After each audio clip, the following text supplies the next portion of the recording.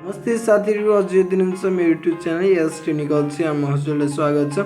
साथीहरु, हजुरले WhatsApp चलाउनुहुन्छ भने हजुरले वालपेपर राख्न चाहनुहुन्छ होला, कलर चेन्ज गर्न चाहनुहुन्छ होला वा डार्क मोड इनेबल गर्न चाहनुहुन्छ भने हजुरलाई आउँदैन भने यस भिडियोमा हजुरलाई सब कुरा देखाएको छ। त्यसै कारणले हजुरले यो भिडियोलाई स्किप नगरिकन अन्त्यसम्म हेर्नु होला।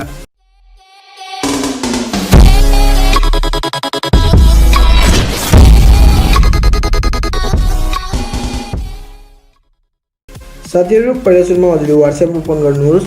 WhatsApp ओपन गरेपछि हजुर देख्न सक्नुहुन्छ थ्री डटमा जानुहोस्, सेटिङमा जानुहोस्।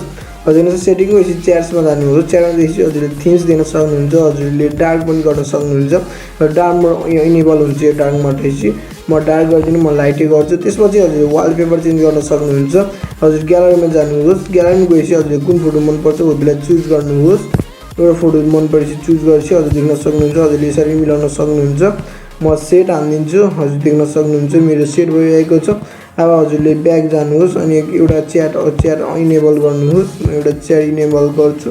हजुर देख्न सक्नुहुन्छ मेरो इनेबल भइरहेको छ। हजुरले एमएस लेख्दा अब ए आइकन आउनेछ। त्यसपछि हजुरले थ्री डटमा जानुहोस्। थ्री डटमा गएपछि हजुरले च्याटहरुमा फोटो राख्न चाहनुहुन्न भने हजुरहरूले सोलिड हाल्न सक्नुहुन्छ। कलरहरु हजुर देख्न सक्नुहुन्छ। हजुरको यस्तो हुनेछ। सेडमा जानुहोस्। त्यसपछि हजुरले च्याटमा देखाउने छु हजुरको कस्तो हुनेछ भनेर। हजुर देख्न सक्नुहुन्छ यस्तो आएको छ। त्यसपछि हजुरले यो हटाउन चाहनुहुन्छ भने सेटिङमा जानुहोस्, च्याटमा जानुहोस्। त्यसपछि वालपेपरमा जानुहोस् अनि नो वालपेपर गरिदिनुहोस्। हजुर देख्न सक्नुहुन्छ अब तपाईको वालपेपरमा केही हुने छैन, नर्मल हुनेछ। हजुरलाई यो भिडियो मन पऱ्यो भने लाइक गरिदिनु, सब्स्क्राइब गरिदिनु अनि साथमा भएको बेल आइकन थिच्नु अनि अलमा राख्नु नयाँ भिडियोको जानकारी पाउनको लागि।